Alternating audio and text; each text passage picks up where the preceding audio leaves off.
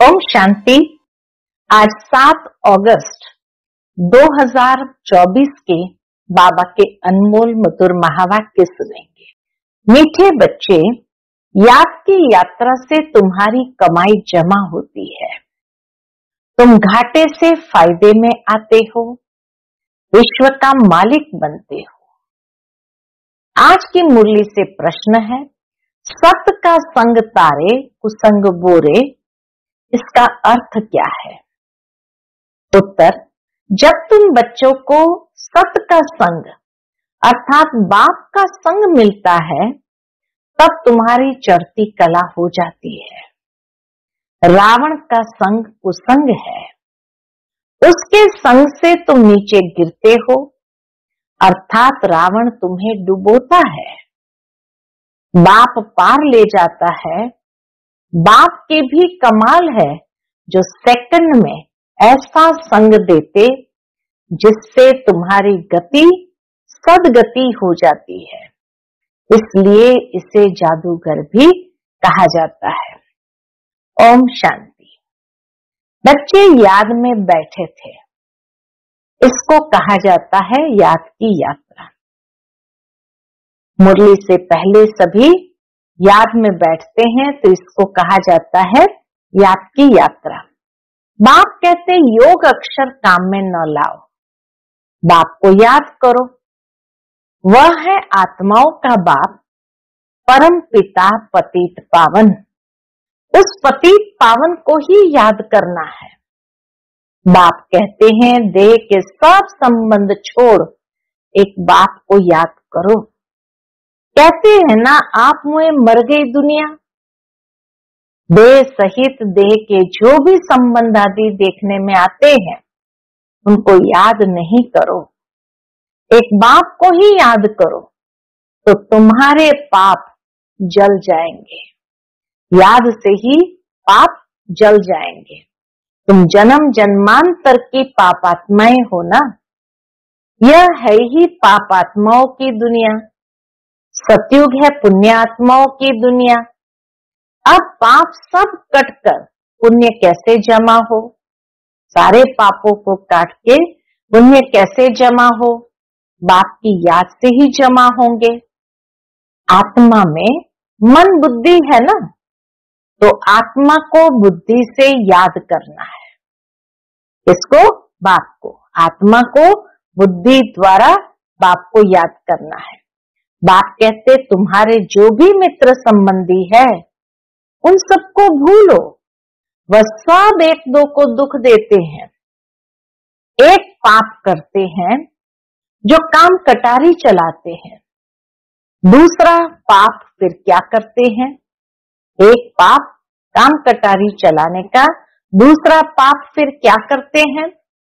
जो बाप सर्व का सदगति दाता है, बच्चों को बेहद का सुख देते हैं, अर्थात स्वर्ग का मालिक बनाते हैं, उसे सर्वव्यापी कह देते हैं। इतनी गहरी बात बाबा ने समझाई कि सर्वव्यापी कहना ये भी पाप है।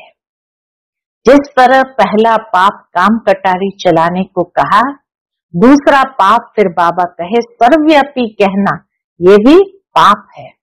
ये पाठशाला है, तुम आए हो ये पढ़ने। ये लक्ष्मी नारायण है तुम्हारी एम ऑब्जेक्ट, और कोई ऐसे कह न सके। तुम जानते हो अभी हमको पवित्र बन पवित्र दुनिया का मालिक बनना है। हम ही विश्व के मालिक थे। पूरे 5000 वर्ष हुए। देवी देवता विश्व के मालिक है ना। कितना ऊंच पद है। जरूर ये बाप ही बनाएंगे। बाप को ही परमात्मा कहते हैं। उनका असली नाम है शिव। फिर बहुत नाम रख दिए हैं। जैसे बॉम्बे में बबुलनाथ का मंदिर है, अर्थात कांटों के जंगल को फूलों का बगीचा बनाने वाला। बबूल जैसे जो कांटे थे, उनको फूलों का बगीचा बनाने वाला है। नहीं तो उनका असली नाम एक ही शिव है। इनमें प्रवेश करते हैं तो भी नाम शिव ही है। ब्रह्मा बाबा में प्रवेश करने के बाद भी नाम शिव ही है। तुमको इन ब्रह्मा को याद नहीं करना है, ये तो देहधारी है। तुमको याद करना है विदेही को।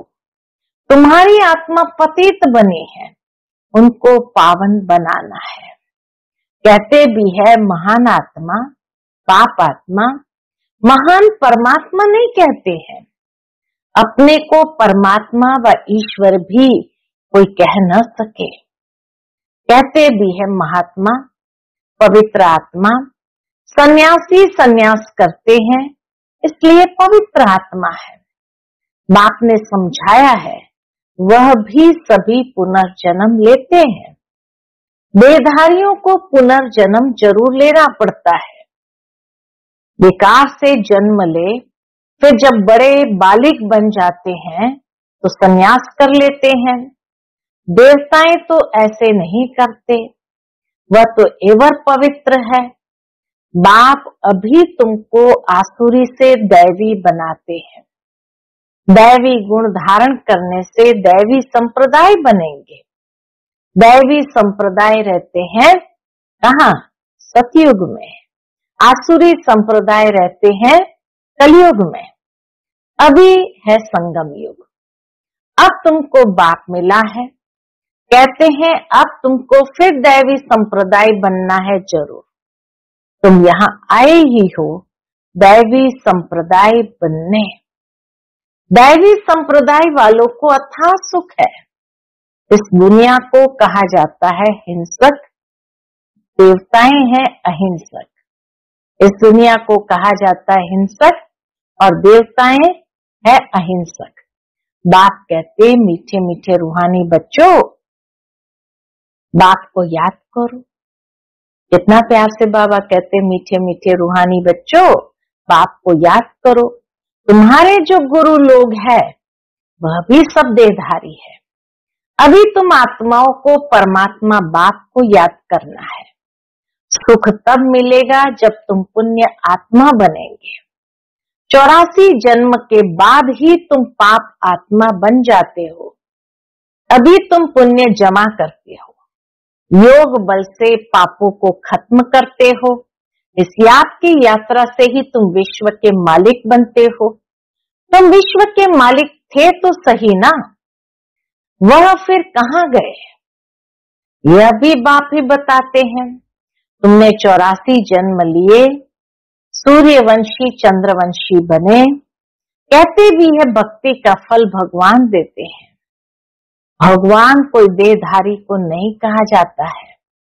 वह है ही निराकारी शिव। वह है ही निराकार शिव। देहधारी को कभी भगवान नहीं कह सकते। भगवान किसको कहेंगे? वह है निराकार शिव। उनकी शिवरात्रि मनाते हैं तो जरूर आते हैं ना, परंतु कहते हैं मैं तुम्हारे सदृश जन्म नहीं लेता हूं। मुझे शरीर का लोन लेना पड़ता है। मुझे अपना शरीर नहीं है। अगर होता तो उनका नाम होता, उस शरीर का भी नाम होता। ब्रह्मा नाम तो इनका अपना है। इसने सन्यास किया तब नाम ब्रह्मा रखा है। तुम हो ब्रह्मा कुमार कुमारियां, नहीं तो ब्रह्मा कहां से आया? ब्रह्मा है शिव का बेटा। शिव बाबा अपने बच्चे ब्रह्मा में प्रवेश कर तुमको ज्ञान देते हैं। ब्रह्मा विष्णु शंकर भी इनके बच्चे हैं। निराकार बाप के सब बच्चे निराकार है। आत्माएं यहाँ आकर शरीर धारण कर पाठ बजाती है। बाप कहते मैं आता ही हूँ पतितों को पावन बनाने। मैं इस शरीर का लोन लेता हूँ। शिव भगवान वाच है ना। श्री कृष्ण को तो भगवान नहीं कह सकते। भगवान तो एक ही है। श्री कृष्ण की महिमा ही अलग है। पहला नंबर देवता है राधे कृष्ण, जो स्वयंवर के बाद फिर लक्ष्मी नारायण बनते हैं, परंतु ये कोई जानते नहीं। राधे कृष्ण का किसको भी पता नहीं है। वह फिर कहाँ चले जाते हैं? राधे कृष्ण ही स्वयंवर के बाद वे लक्ष्मी नारायण बनते हैं। दोनों अलग अलग महाराजाओं के बच्चे हैं। राधे कृष्ण दोनों अलग अलग महाराजाओं के बच्चे हैं। वहां अपवित्रता का नाम नहीं है, क्योंकि 5 विकार रूपी रावण ही नहीं है ही राम राज्य। अब बाप आत्माओं को कहते हैं, क्या कहते हैं कि मुझे याद करो तो तुम्हारे पाप कट जाएंगे। तुम सतो प्रधान थे, अब तमो प्रधान बने हो। घाटा पड़ा है, फिर जमा करना है।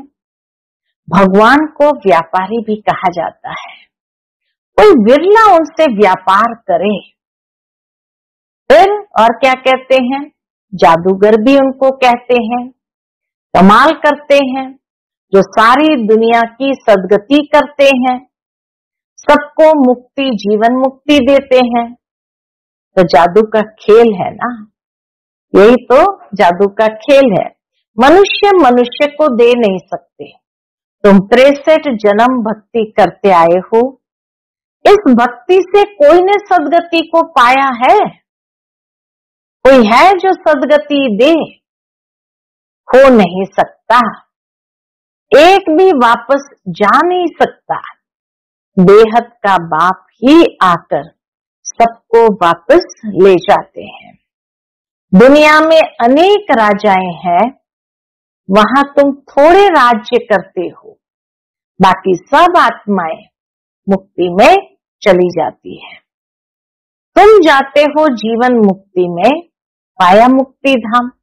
बाबा कहे तुम जाते हो जीवन मुक्ति में, वाया मुक्ति धाम। ये चक्र फिरता रहता है।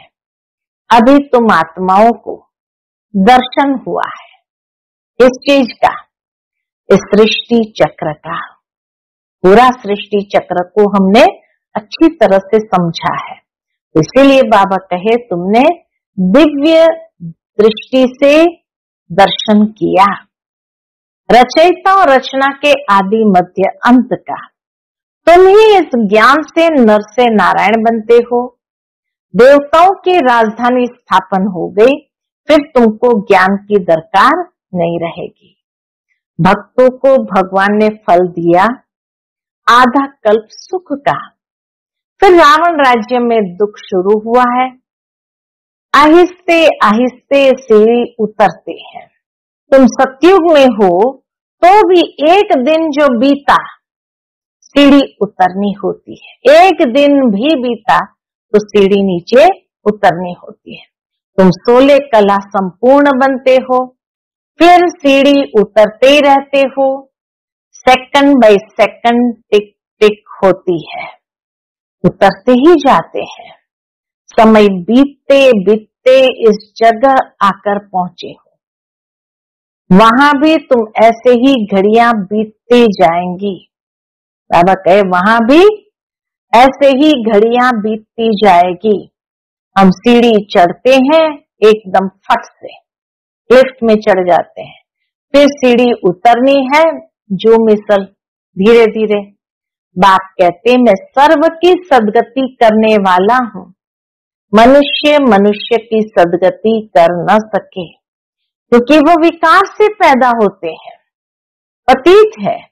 वास्तव में श्री कृष्ण को ही सच्चा महात्मा कह सकते हैं।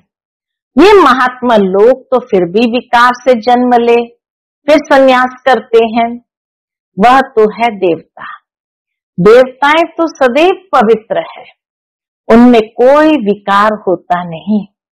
उनको कहा ही जाता है निर्विकारी दुनिया, इनको कहा जाता है विकारी दुनिया। कलयुग को कहा जाता विकारी दुनिया, बाकी सतयुग को कहा जाता निर्विकारी दुनिया। नो प्यूरिटी, चलन कितनी खराब है विकारी दुनिया में। नो प्यूरिटी, चलन कितनी खराब है। देवताओं की चलन तो बड़ी अच्छी होती है, सब उनको नमस्ते करते हैं। कैरेक्टर्स उन्हों के अच्छे हैं, किनके? देवताओं के। तब तो अपवित्र मनुष्य उन पवित्र देवताओं के आगे माथा टेकते हैं। अभी तो लड़ना झगड़ना क्या क्या लगा पड़ा है।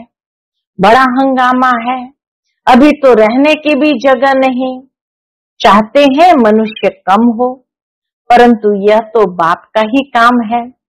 सतयुग में बहुत थोड़े मनुष्य होते हैं, इतने सब विकारों की होलिका हो जाती है, बाकी सब आत्माएं चली जाती है कहाँ? अपने स्वीट होम। सजाएं तो नंबरवार भोगते हैं जरूर, जो पूरा पुरुषार्थ कर विजयी माला का दाना बनते हैं वह सजाओं से छूट जाते हैं। जो विजयी माला का दाना बनता है वह सजाओं से छूट जाते हैं। माला एक की तो नहीं होती, जिसने उन्हों को ऐसा बनाया वह है फूल, फिर है मेरू।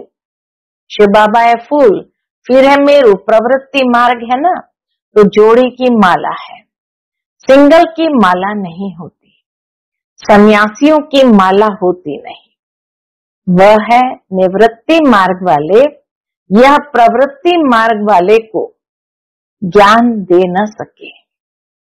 पवित्र बनने के लिए उनका है हद का सन्यास, वह है हठ योगी, यह है राजयोगी। राजाई प्राप्त करने के लिए बाप तुमको यह राजयोग सिखलाते हैं। बाप हर 5000 वर्ष बाद आते हैं, आधा कल तुम राजाई करते हो सुख में, फिर रावण राज्य में आहिस्ते आहिस्ते तुम दुखी हो जाते हो। इसको कहा ही जाता है सुख दुख का खेल।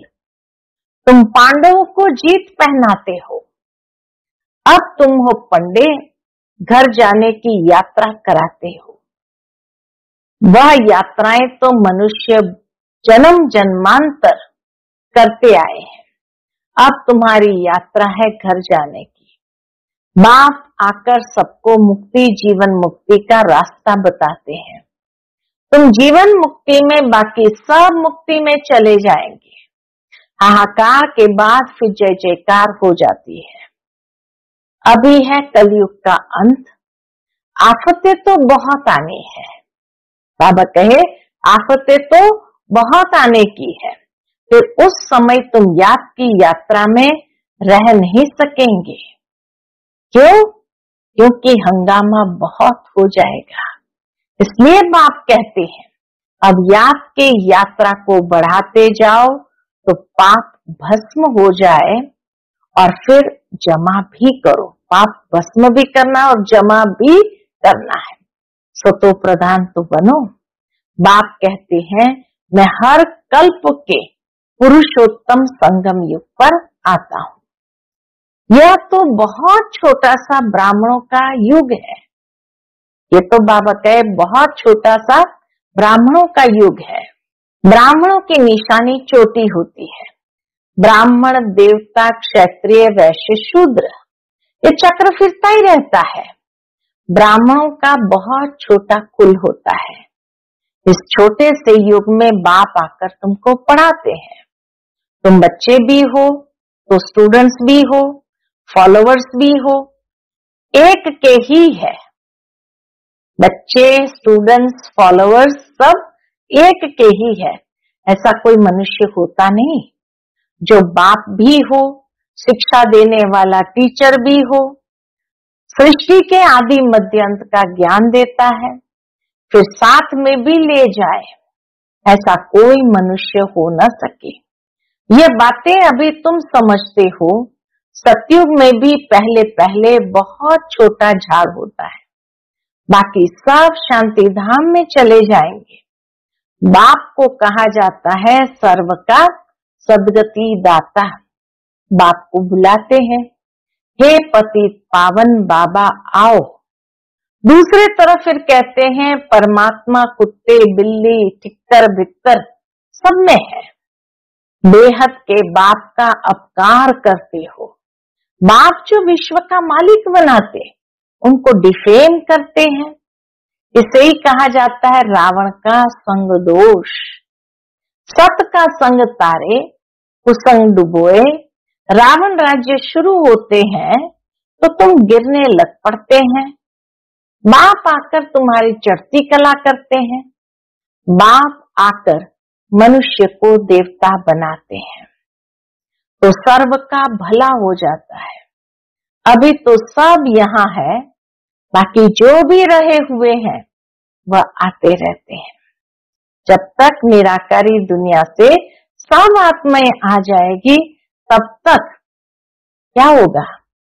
तब तक तुम इम्तिहान में भी नंबरवार पास होते रहेंगे, क्योंकि अंत तक तूफान भी तो आने ही है, परीक्षा तो माया लेनी है। इनको कहा जाता है रूहानी कॉलेज। रूहानी बाप रूहानी बच्चों को पढ़ाने आते हैं। रावण राज्य आया तो फिर शरीर छोड़ अपवित्र राजा बने, फिर पवित्र देवताओं के आगे माथा टेकने लगे। आत्मा ही पतित अथवा पावन बनती है। आत्मा पतित तो शरीर भी पतित मिलता है। सच्चे सोने में खाद पड़ती है तो खाद का जेवर हो जाता है। सच्चे सोने में खाद पड़ती है तो खाद का जेवर हो जाता है। वो जेवर ही जो असली सोने का था वो मिक्स चैरिटी वाला खाद का हो गया। अब आत्मा से खाद निकले कैसे? योग अग्नि चाहिए, इनसे तुम्हारे विकर्म विनाश हो जाएंगे। आत्मा में चांदी तांबा लोहा पड़ गया है, यह है खाद। आत्मा सच्चा सोना है, अब जूठी बन गई है, वह खाद निकले कैसे? यह है योग अग्नि। ज्ञान चिता पर बैठे हो, आगे थे काम चिता पर, बाप ज्ञान चिता पर बिठाते हैं। सिवाय ज्ञान सागर बाप के और कोई ज्ञान चिता पर बिठा न सके। मनुष्य भक्ति मार्ग में कितनी पूजा करते रहते हैं, लेकिन किसको जानते नहीं। अभी तुम सबको जान गए हो, तुम सब देवता बनते हो, प्रजा की बात ही खत्म हो जाती। तुम सब देवता बनते हो तो फिर प्रजा की बात ही खत्म हो जाती है। जब रावण राज्य शुरू होता है तब भक्ति शुरू होती है, फिर कलयुग के संगम पर भक्ति भी समाप्त हो जाती। अच्छा, मीठे मीठे सिकिलते बच्चों प्रति माता पिता बाप दादा का याद प्यार और गुड मॉर्निंग। रूहानी बाप की रूहानी बच्चों को नमस्ते। हम सब रूहानी बच्चों की रूहानी माता पिता बाप दादा को याद प्यार, गुड मॉर्निंग और नमस्ते नमस्ते। शुक्रिया बाबा, शुक्रिया। आज की मुरली से धारणा के लिए मुख्य सार है, सजाओं से मुक्त होने के लिए विजयी माला का दाना बनने का पुरुषार्थ करना है। रूहानी पंडा बन सबको शांति धाम घर की यात्रा करानी है। दूसरी पॉइंट, याद की यात्रा को बढ़ाते बढ़ाते सब पापों से मुक्त हो जाना है। योग अग्नि से आत्मा को सच्चा सोना बनाना है, सतो प्रधान बनना है। आज का बाप दादा का मधुर वरदान हम बच्चों के प्रति है, हर घड़ी को अंतिम घड़ी समझ सदा एवर रेडी रहने वाले तीव्र पुरुषार्थी भव। हर घड़ी को अंतिम घड़ी समझ सदा एवर रेडी रहने वाले तीव्र पुरुषार्थी भव। अपनी अंतिम घड़ी का कोई भरोसा नहीं है, इसलिए हर घड़ी को अंतिम घड़ी समझते हुए एवर रेडी रहो। एवर रेडी अर्थात तीव्र पुरुषार्थी। ऐसे नहीं सोचो कि अभी तो विनाश होने में बहुत टाइम लगेगा फिर तैयार हो जाएंगे। नहीं, हर घड़ी अंतिम घड़ी है, इसलिए सदा निर्मोही, निर्विकल्प, निर्व्यर्थ, व्यर्थ भी नहीं, तब कहेंगे एवर रेडी। निर्मोही, निर्विकल्प, निर्व्यर्थ, तब कहेंगे एवर रेडी। कोई भी कार्य रहे हुए हो, लेकिन अपनी स्थिति सदा उपराम हो।